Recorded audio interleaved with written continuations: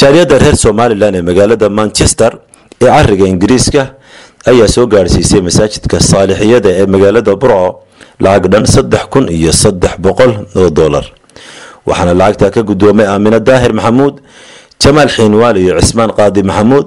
oo ka mid ah xubnaha gudida dib u dhiska masaajidka. marka waxaan maanta halkan ku sidaa lacag dhan $300 oo laga soo ururiyay inkastoo ay xaafada kale aan deganahay u badan tahay haddana dadka maartay Manchester kale way ku wada dhan yihiin hablana waaba ila soo gureen insha Allah marka lacagtaas oo ay dhan $300 ayaan ugu soo talagalay masaajidka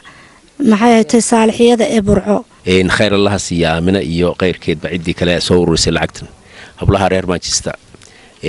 aad iyo aad baan ugu duceynaa wasaqad jaariya runtii وقتين نصوص كسو أرورتين كسو أرورتين صدقة مساجد لا قشناي هذه آدبان ومهضغنا هذه آدبان وجود عنا إلهي ماشي كسو صار خير لها وبدلو إن شاء الله مركا خير الله سيو هبلها من الدهرية هبلها كلا ومرلوات إن هذه آدبان وجود مهضغنا رنتي وحنا مساجد كانوا كل اسمه رنتي وتبرعات كا تبدأ يجودا بالله تذكر حسنين تي أي صدر مساجد حقوق على العقملة iminka ku dhowdhow milyan iyo 500,000 lacag ku dhowdhow waxaas oo lacag wax bixiyay dad baa bixiyay inaanu hayno iyo in gashayba waa masaajid taariikhi runtii noqonaya masaajid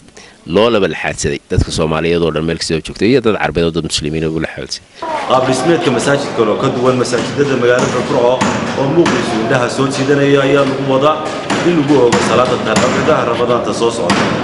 Cabdimaalik Sheekh Muuse Aldoon mufaahiyaha qaranka Soomaaliya صالحية هي مجالات